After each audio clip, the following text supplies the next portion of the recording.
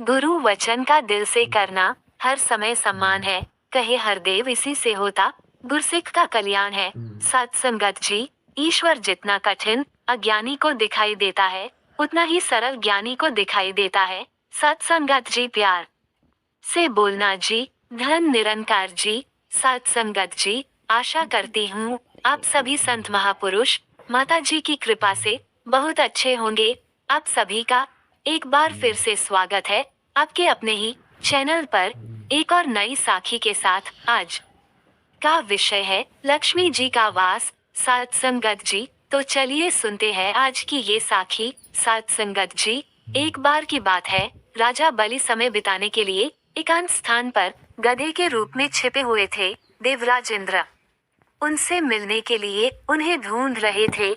एक दिन इंद्र ने उन्हें खोज निकाला और उनके छिपने का कारण जानकर उन्हें काल का महत्व बताया, साथ ही उन्हें तत्व ज्ञान का बोध कराया। सत्संगत जी, तभी राजा बलि के शरीर से एक दिव्य रूपात्मा स्त्री निकली। उसे देखकर इंद्र ने पूछा, दैत्यराज, ये स्त्री कौन है?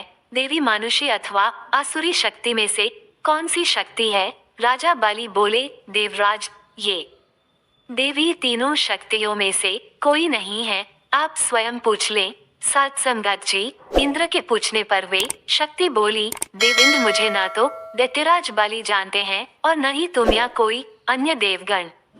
पृथ्वी लोक पर लोग मुझे अनेक नामों से पुकारते हैं, जैसे श्री, लक्ष्मी आदि। इंद्र बोले, देवी, आप इतने समय से राजा बलि के पास हैं, लेकिन ऐसा क्या कारण है कि आप इन्हें छोड़कर मेरी ओर आ रही हैं? सत्संगत जी, लक्ष्मी बोली, देवेंद्र, मुझे मेरे स्थान से कोई भी हटाया दिगा नहीं सकता है।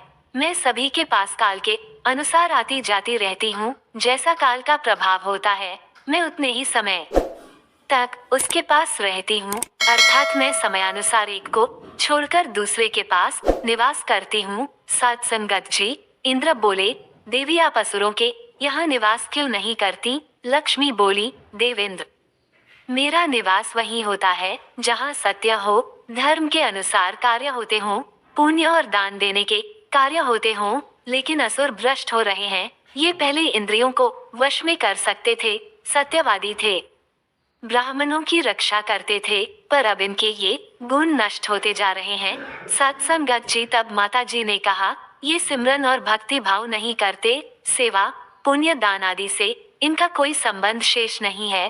पहले ये रोगी, स्त्रियों, वृद्धों, दुर्बलों की रक्षा करते थे, गुरुजन का आदर करते थे, लोगों को क्षमादान देते थे। लेकिन अब अहंकार, मोह, लोभ, क्रोध, आलस्य, अविवेक, काम आदि ने इनके शरीर में जगह बना ली है। ये लोग पशु तो पाल लेते हैं, लेकिन उन्हें चारा नहीं खिलाते, उनका पूरा दूध निकाल लेते हैं और पशुओं के बच्चे भूख से चित्कारते हुए मर जाते हैं। सत्संगत जी, ये अपने बच्चों का लालन पालन करना भूलते जा रहे हैं। इनमें आपसी भाईचारा समाप्त हो गया है। लूट, खसोट, हत्या, व्यभिचार, कलह, स्त्रियों की पतिव्रता नष्ट करना ही इनका धर्म हो गया है।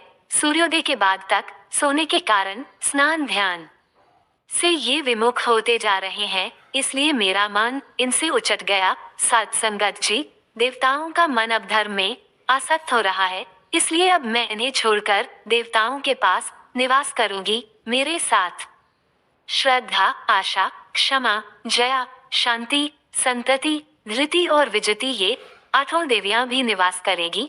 देवेंद्र, अब आपको ज्ञात हो गया होगा कि मैंने इन्हें क्यों छोड़ा है, साथ ही आपको इनके अवगुणों का भी ज्ञान हो गया होगा। सत्संगत जी, तब इंद्र ने लक्ष्मी को प्रणाम किया और उन्हें आदर सहित स्वर्ग ले गए। सत्संगत जी, दासी संपूर्ण हरदेव वाणी की कुछ लाइनें आप जी के समक्ष रखेगी। एक, तू ही निरंकार ए बंदे, तू परमपिता से मन का नाता जोड़े रख, दुनिया की झूठी बातों से मुख अपना तू मोड़े रख। पानी का संग छूट गया तो तन मैला हो जाता है, हरि से नाता टूट गया तो मन मैला हो जाता है। निर्मल सत्ता निरंकार से जुड़कर आती निर्मलता, सुंदरता, पावनता आती मन में आती उज्ज्वलता। कहे हरदेव, ज्ञान की निर्मल धारा में नहा ले तू, जीवन की मैली कुचेली चादर को चमका ले तू। सत्संगत जी, सद्गुरु माता सुदीक्षा जी महाराज ने अपने विचारों के माध्यम से कहा कि परमात्मा के प्रति निस्वार्थ प्रेम ही सच्ची भक्ति कहलाती है। ऐसी ही निष्काम प्रेम की भावना संतों की होती है। साध संगत जी, सतगुरु की बातें कभी राज नहीं होती, वक्त के पहिए में आवाज नहीं होती। गुरु के वचन जाए ना खाली, जाने किस पल क्या बख्श दे गुरु, क्योंकि इनकी मर्जी किसी की मोहताज नहीं होती। साध संगत जी, सद्गुरु माता जी से यही अरदास है कि आप सभी संत महापुरुषों की झोली खुशियों से भर दे, दातार आपकी हर मनोकामना पूरी करे। इसी के साथ दासी आप जी से इजाजत लेगी। साध संगत जी, आशा करती हूँ आप सभी को आज की साखी विचार अच्छी लगी हो तो वीडियो को लाइक शेयर जरूर कीजिएगा। आपका एक शेयर हमें आपके लिए नए साखी लाने के लिए प्रेरित करता है। ऐसी ही साखी सुनने के लिए हमारे साथ जुड़े रहे। साथ ही चैनल पर पहली बार आए हैं तो सब्सक्राइब करना ना भूले। आप सभी से फिर मुलाकात होगी नई साखी और विचारों के साथ। तब तक के लिए खुश रहिए, सेवा सिमरन सत्संग करते रहिए, माता जी के चरणों से जुड़े रहिए। प्यार से बोलना जी, धन निरंकार जी।